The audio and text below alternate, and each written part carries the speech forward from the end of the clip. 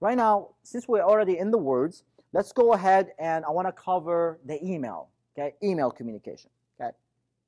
First, why is it important to become proficient in email communication? Because you can't read tone. Very good, okay? We're only using how many, what's the percentage?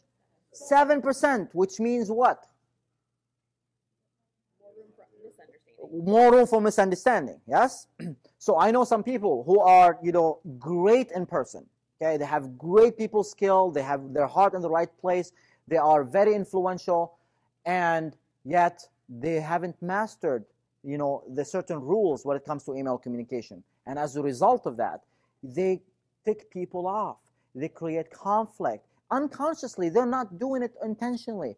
And people avoid them, and people that start, having this, background of relatedness that these people that they don't care, and it's totally opposite story than who they really are, okay? On the other hand, I know some people who, not necessarily very good in person, but they're very professional in emails. They use very short emails, they use bullet points, they use, they have the purpose very clear, they use subject lines that said what the email has to be about. They don't use anything around the background of the screen, which is, flowers or rabbits, okay?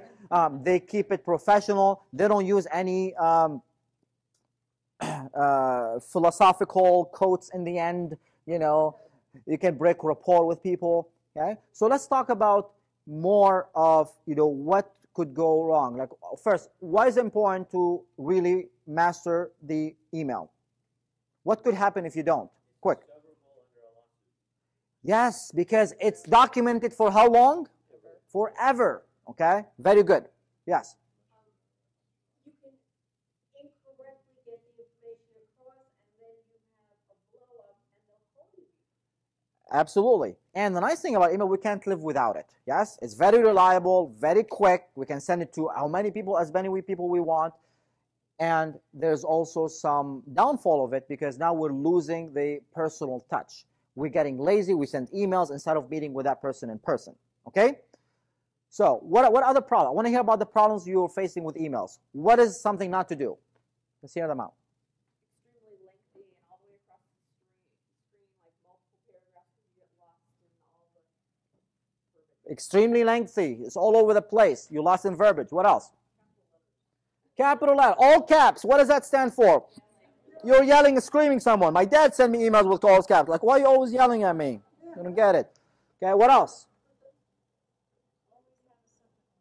Always have a subject line. Not just a subject line. It has to be like a headline news story. Something is going to say exactly what this email is about. You need to check this out is not a good subject line, is it? Okay, what else? What else?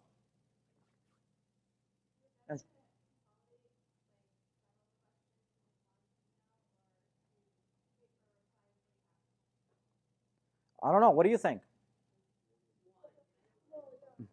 You got to keep it every subject in one email. Why? It's easier for tracking. Because if you want to introduce a new subject, send a new email. Because now when you go track it, when I find it, now you can find it per the subject line. Versus having to go through all the emails and the threads that's been talked about with different emails. So especially if you have, sometimes you need to forward it to someone. You don't want to forward back threads with other person. So you want to keep it every subject line per email. One subject per email. Okay? Exactly. And that's the next thing we're going to talk about is an email, the first sentence in an email, it has to say what this email is about. What are you asking the other person to do? Because our time span is just, we have a lot of emails in our inbox. We don't have time to read every single email in details. So we're just going to scan through them real quick. So you want to make it easy for someone to see them. That's why bullet points work perfect.